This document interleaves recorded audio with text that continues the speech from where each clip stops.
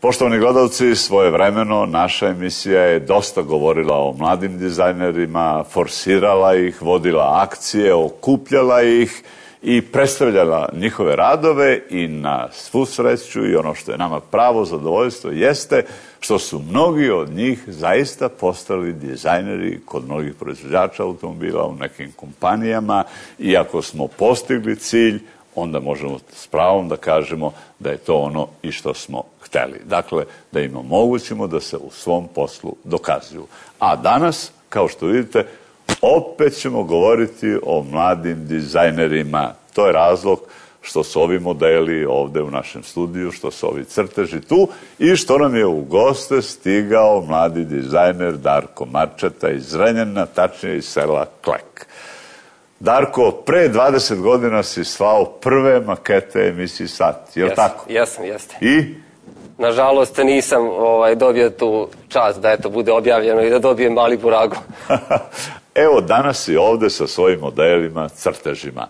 Otkud interesovanje za dizajn? Kako sve to radiš? Šta je cilj?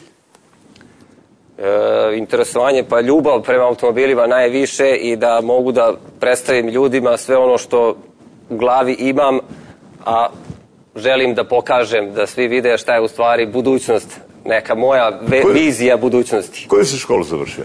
Srednju poljoprivrednu, pejzažna arhitektura. Da li nije logično da neko u selu Klek završi srednju poljoprivredu, da se ne bavi poljoprivredom? Kako se ne baviš poljoprivredom? Otkud dizajn? Moglo i to. Pa dizajn, to izgleda rođeno sa mnom i nisam zemlju baš toliko gotivio, tako da sam se predelio za dizajn. Sve si sam radio, sam si pribavljao materijale, sam si dolazio na ideje čime da radiš, šta da radiš. Pored crteža koje ovako vidimo na ekranu, koji su zaista lepi, vidi se da to ima svoju evoluciju od nekih jednostavnijih do komplikovanijih, ali si na kraju počeo da praviš modele. Evo, ovaj je zanimljiv i po tome što možda upali svetlo. Dakle, vodiš računa o detaljima. Reci nam nešto o tome kako ti to praviš i šta je zapravo to?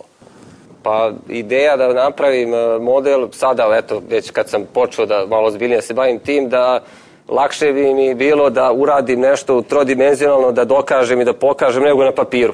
I tako sam rešio da napravim prvo taj plavi model koji ima dosta novih karakteristika za Audi. Nešto nudim što do sad nema, to su, na primjer, rešetke u farovima gde je samo LED dioda okolo i unutra je sočivo glavno svetlo sakriveno.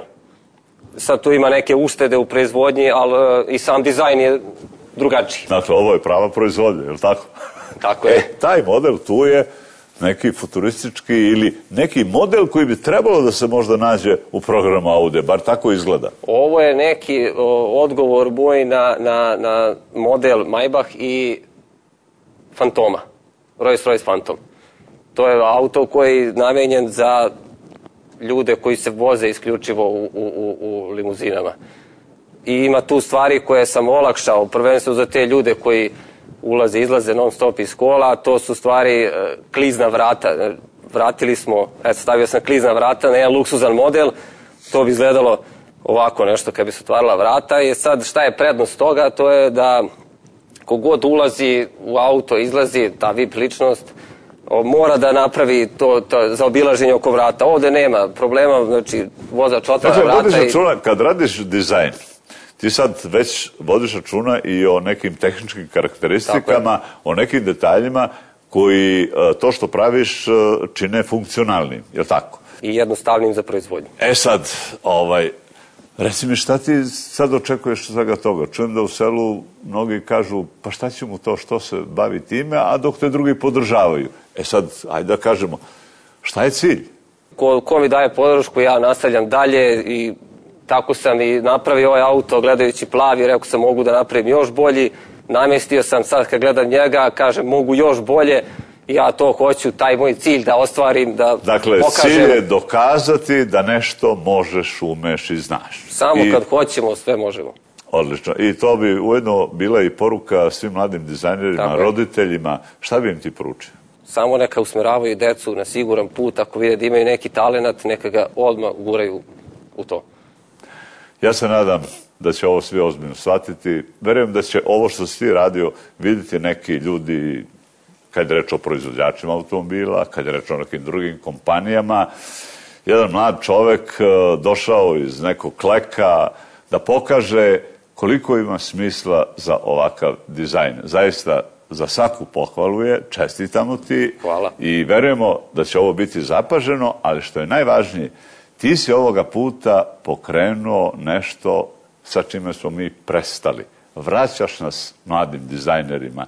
Zahvaljujući Darku, evo, poštovani gledalci, pozivamo vas ponovo, sve mlade dizajnere, da nam pošalju svoje radove, tačnije da nam pošalju fotografije, ne radove, fotografije, a mi ćemo onda, jedan specijalni žiri će odlučiti koga da pozovemo da donese svoje radove, da ih predstavimo, da ih pokažemo, da podržimo sve mlade talente, jer do sada smo u tome uspevali, mnogi su našli uhlebljenje u dizajnu, nadamo se da će tako biti i u buduće. I još jedno pitanje, a od čega živiš ako ne radiš poljoprivredu?